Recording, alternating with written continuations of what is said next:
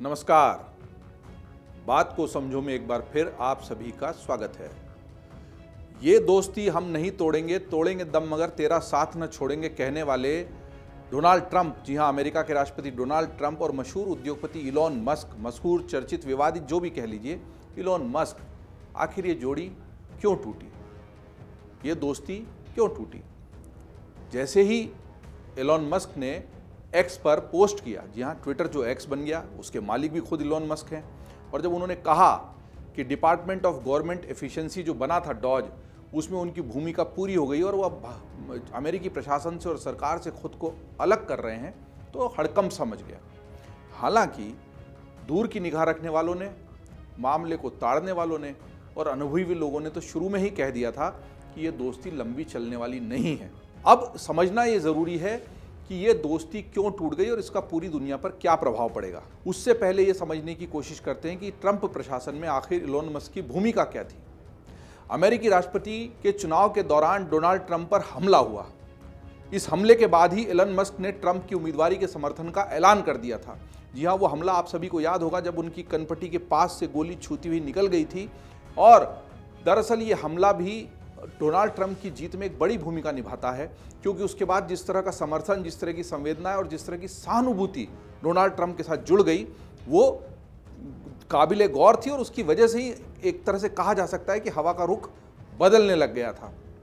उसी समय इलॉन ने दावा किया कि पूर्ववर्ती और मौजूदा अमेरिकी सरकारों ने बहुत फिजूल खर्ची की है और इसमें कटौती करके अमेरिकी जनता के $2 ट्रिलियन तक बचाए जा सकते हैं। एलन मस्क के इन बयानों ने तब और सुर्खियां बटोरी जब उन्होंने कहा कि अगर डोनाल्ड ट्रंप राष्ट्रपति बनते हैं तो वे खर्चे में कटौती करने के लिए भूमिका निभाने को तैयार हैं। मतलब चुनाव के पहले ही उन्होंने घोषणा कर दी थी। ट्रंप ने राष्ट्रपति बनने के बाद सरकारी दक्षता विभाग यानी डिपार्टमेंट ऑफ गवर्नमेंट एफिशिएंसी यानी DOGE, डोज के नाम से ज्यादा मशहूर रहा, के गठन का ऐलान कर दिया। डोज के पास सरकार के कामकाज की दक्षता बढ़ाने और इसके जरिए उसके खर्चों को कम करने की जिम्मेदारी रही। डोज की तरफ से अपने लक्ष्यों को पूरा करने की समय सीमा जुलाई 2026 तक रखी गई। इस समय सीमा के पूरा होने से 13 महीने पहले ही मस्क इससे अलग हो गए हैं। मतलब 2026 तक का वो इंतजार नहीं कर पाए। किस तरह का झुकाव इलॉन मस्क का ट्रंप की तरफ था और किस कदर वो शिद्दत से चाहते थे कि डोनाल्ड ट्रंप अमेरिका के अगले राष्ट्रपति बन जाएं, ये इससे भी स्पष्ट होता है कि उन्होंने इस पूरे चुनाव प्रचार में लगभग $250 मिलियन खर्च किए। तो $250 मिलियन का खर्चा अगर कोई कर रहा है उस पूरे प्रचार में, तो ये एक बड़ी रकम है। और एक उद्योगपति कोई भी काम मुफ्त में या बिना मुनाफा देखे ये लंबी दूरी के सोचे नहीं कर सकता।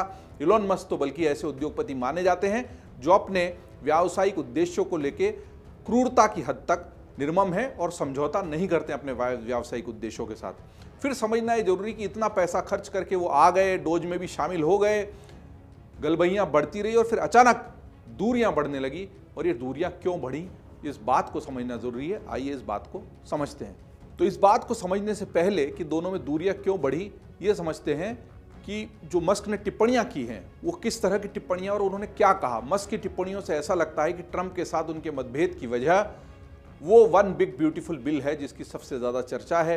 अमेरिकी टीवी चैनल और अमेरिकी वेबसाइटें भी इसी वन बिग ब्यूटीफुल की चर्चा से भरी हुई हैं और इस बिल को लेकर कई हद तक कानूनी कार्रवाइयों की भी बहुत ज़्यादा चर्चा है। यह बिल पास होने के बाद टैक्स में भारी कटौती और सैन्य बजट में बढ़ोतरी होने का प्रस्ताव है। मस्क ने सार्वजनिक रूप से इस पर नाराजगी जताते हुए कहा था कि यह बिल डोज की बचत योजनाओं को नुकसान पहुंचाएगा, साथ ही बजट घाटे को और बढ़ाएगा। कॉरपोरेट दुनिया से आए मस्क ने सरकारी तंत्र को कॉरपोरेट अंदाज में सुधारने का बीड़ा उठाया था।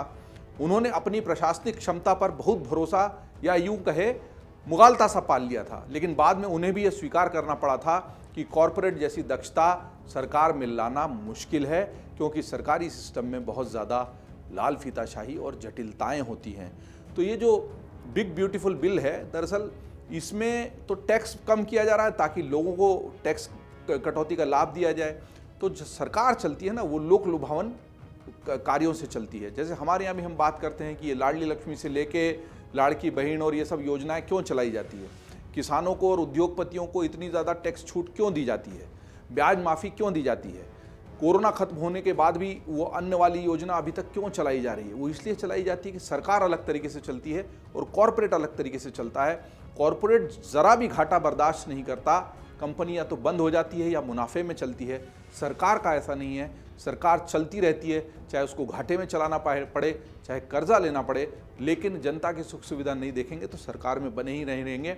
और यहीं पर उद्योगपति ट्रंप और उद्योगपति इलोन मस्क में अंतर हो गया कि उद्योगपति ट्रंप जो हैं अब वो राजनीतिज्ञ और राष्ट्रपति ट्रंप भी बन चुके हैं, और इसीलिए उनके बिल में जब टैक्स कटौती की बात आई तो इलोन मस्क को लगा कि एक तरफ मैं खर्चे कम कर रहा हूं और दूसरी तरफ एक खर्चे बढ़ाने वाला बिल आ गया। टैक्स कम होगा तो निश्चित तौर पर घाटा बढ़ेगा, क्योंकि वो जो टैक्स कम होगा तो सरकार की आय कम हो जाएगी। दूसरी तरफ आपने डिफेंस बिल बढ़ाने की, यानी डिफेंस में रक्षा बजट में बढ़ोतरी की बात कही है, तो टैक्स को कम करना और रक्षा बजट को बढ़ाना, ये दोनों ही ऐसी चीजें हैं जो अमेरिकी सरकार पर बोझ को बढ़ाएंगी। इसीलिए मस्क इसके खिलाफ मुखरता से बोलते रहे। यह समझना जरूरी है कि मस्क और उनके जैसे अन्य आलोचकों को यह बिल रास क्यों नहीं आ रहा। दरअसल वन बिग ब्यूटीफुल बिल से जुड़ी दो व्यापक चिंताएं हैं जिन्हें अर्थशास्त्रियों और अमेरिकी कांग्रेस के सदस्यों ने उजागर किया है। इनमें सीनेटर जोश हॉले जैसे कई रिपब्लिकन भी शामिल हैं। उनकी पहली चिंता इसके प्रतिकूल राजकोषीय प्रभाव यानी अर्थव्यवस्था पर और जो पूरा फिस्कल डेफिसिट है उस पर पड़ने वाले प्रभावों के बारे में है, और इसके लागू होने से एक और टैक्स में कटौती होगी और दूसरी ओर खर्च में बढ़ोतरी भी हो जाएगी। आलोचकों की चिंता है कि इससे सरकार की वित्तीय स्थिति खराब हो जाएगी। अमेरिकी सरकार की कमाई और खर्च का अंतर यानी फेडरल घाटा पहले से ही काफ़ी अधिक है। 2024 तक के आंकड़ों के ही अनुसार अमेरिका का कुल फेडरल घाटा करीब 1.9 ट्रिलियन डॉलर है। तो कुल घाटा है अमेरिकी सरकार का, उसको फेडरल घाटा कहकर संबोधित किया जाता है, और वो करीब 1.9 ट्रिलियन डॉलर है। यह राशि अमेरिका की जीडीपी का लगभग 6.4% है, जो बहुत ज़्यादा है। यह राशि कितनी अधिक है इसका अंदाज़ा हम इस बात से लगा सकते हैं कि यह 2024 के भारत के कुल सकल घरेलू उत्पाद यानी जीडीपी का भी लगभग 50% है। तो भारत की जीडीपी का 50% तो घाटा ही हो रहा है अमेरिका में। ये बड़ी चिंता का विषय अमेरिकी अर्थशास्त्रियों के लिए है, और इस बिल के लागू होने के बाद पहले से ही बढ़ते अमेरिकी ऋण के ढेर में और इजाफा होने की बातें भी की जा रही है, और इसी बात की चिंता इलोन मस्क ने भी जताई है। अब समझना ये ज़रूरी है, बात को समझना ज़रूरी है कि मस्क के इस्तीफे का ट्रंप सरकार पर क्या असर होगा। विशेषज्ञों का, एक्सपर्ट्स का ये मानना है कि इससे ट्रंप सरकार की नीतियों में बदलाव को लेकर नई बहस छिड़ सकती है। यह इस्तीफा सरकार के भीतर के मतभेदों को भी उजागर करता है, इसलिए भविष्य में इसका असर प्राइवेट सेक्टर और सरकार के रिश्तों पर पड़ सकता है। अमेरिका की आर्थिक नीतियों में स्थिरता नहीं होने का संदेश भी दुनिया में जा सकता है। मस्क का इस्तीफा अमेरिका की नवाचार और विशिष्ट कार्यक्षमता वाली छवि को भी नुकसान पहुंचाने वाला ही साबित होगा। फिर ये सवाल भी है कि वादा तेरा वादा, वादे पे तेरे मारा गया। इतने वादे एलन मस्क ने किए थे, उन वादों का क्या हुआ? एलन मस्क ने जिस एक वादे के जरिए डोनाल्ड ट्रंप के साथ डोज की शुरुआत की थी, उसमें सरकारी खर्च को घटाने का और अमेरिकी सरकार की दक्षता यानी एफिशिएंसी को बढ़ाने का वादा सबसे ऊपर था।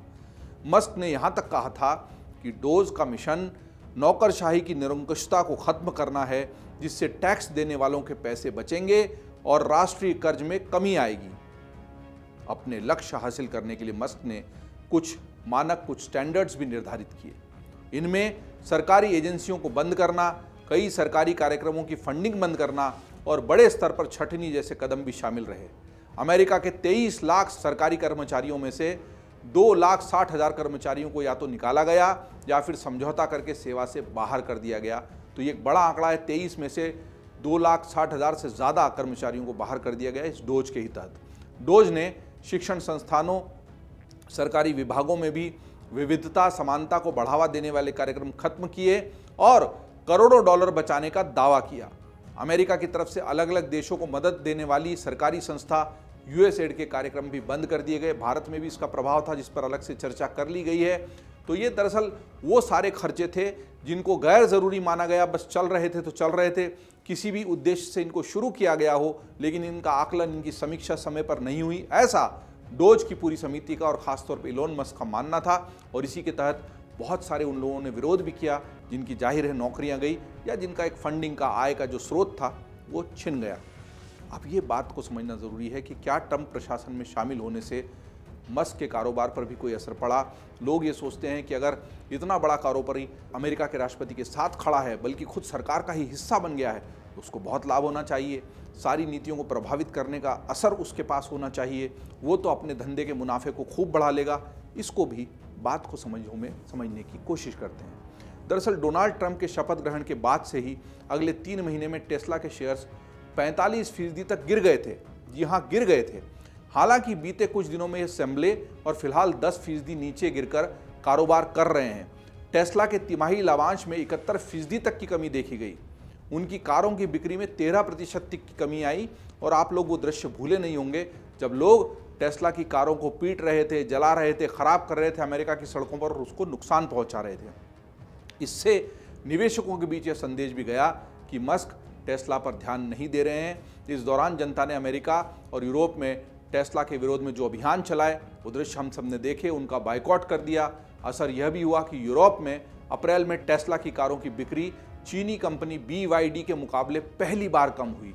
जहां इलेक्ट्रिक कार सेगमेंट में टेस्ला ने अप्रैल में यूरोप में 7,165 कारें बेची, वहीं BYD ने 7,231 कारें बेची। मतलब जो BYD लगातार संघर्ष कर रही थी टेस्ला से आगे निकलने को, उसने आखिर यूरोप में इलेक्ट्रिक कारों के मामले में टेस्ला को हरा दिया। और जबकि चीन को सबसे बड़ा प्रतिद्वंदी इस वक्त अमेरिका मान रहा है और इस वजह से उनके रिश्ते भी तल्ख हो चुके हैं। हालांकि मस्क की तरफ से ट्रंप का समर्थन किए जाने के बाद से उनकी दूसरी कंपनी स्पेसएक्स, जो अपने स्पेस मिशंस के लिए बहुत चर्चित रही है, उसकी वैल्यू दुगनी होकर 350 अरब डॉलर तक पहुंच गई है।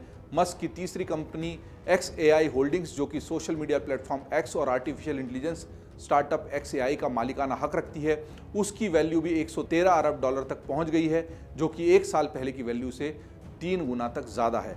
मतलब टेस्ला को नुकसान पहुंचा। पिछली तिमाही में तो 71% तक उसकी वैल्यू जो है गिर गई, नुकसान पहुंचा। लेकिन दूसरी दोनों कंपनियां स्पेसएक्स और XAI, उनको मुनाफा हुआ। उसका जो X प्लेटफॉर्म है ट्विटर, वो तो शुरू से चर्चा में रहा। सारे नेता अभिनेता, ओपिनियन मेकर्स जिनको कहा जाता है, बुद्धिजीवी और विचार रखने वाले लोग, अलग अलग पदों पर बैठे लोग इसी प्लेटफॉर्म का उपयोग अपने विचारों को रखने के लिए कर रहे हैं। खुद एलोन मस्क ने अपने ही प्लेटफॉर्म X के माध्यम से अमेरिकी सरकार से हटने की जानकारी दुनिया को दी। बहरहाल बात समझने वाली यह है कि एक म्यान में 2 तलवारें नहीं रह सकती।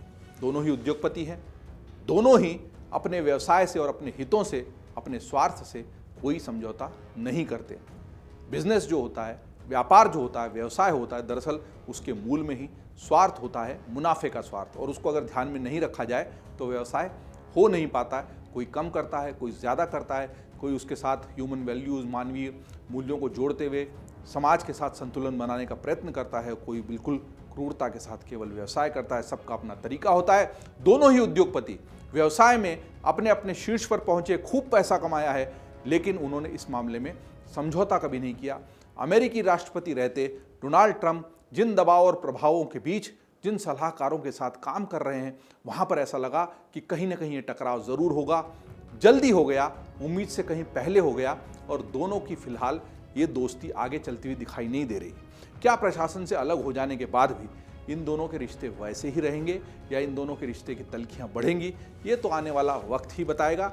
ये बात तय है कि फिलहाल अमेरिका में और अमेरिकी सरकार में सब कुछ ठीक नहीं है। जिस तरह JD वेंस वहाँ पर बुलाते हैं यूक्रेन के राष्ट्रपति को और उनका अपमान करते हैं, उसके बाद कैसे ऑपरेशन सिंदूर के बाद सारा क्रेडिट लेने की कोशिश डोनाल्ड ट्रंप कर लेते हैं, और किस तरीके से वहाँ के जो व्यापार के सलाहकार हैं उनके बीच में और एलोन मस्क के बीच में बदतमीजी से भरा आदान प्रदान होता है विचारों का, वो सब बताता है कि अमेरिकी सरकार में सब कुछ पूरी तरह से ठीक तो नहीं है। लेकिन ये मान के चला जा रहा था कि जो बाइडेन के बाद एक क्रांतिकारी परिवर्तन डोनाल्ड ट्रंप कर पाएंगे। उन्होंने राष्ट्रवादी विचार रखे इस हद तक कि उन्होंने अमेरिकी यूनिवर्सिटियों में, और जिसको लेकर बहुत विरोध भी हो रहा है, विदेशी छात्रों के प्रवेश तक पर प्रतिबंध लगा दिया और इसको चुनौती दी जा रही है। हार्वर्ड तो इसको मानने को ही तैयार नहीं है। ये अमेरिकी राष्ट्रपति की जो नीतियां हैं ये अमेरिका को कहाँ ले जाएंगी, वो आने वाला वक्त बताएगा।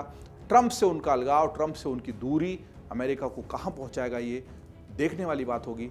बात सिर्फ समझने वाली ये है कि इन सब घटनाओं का प्रभाव पूरे विश्व पर पड़ेगा। भारत भी इससे अछूता नहीं है।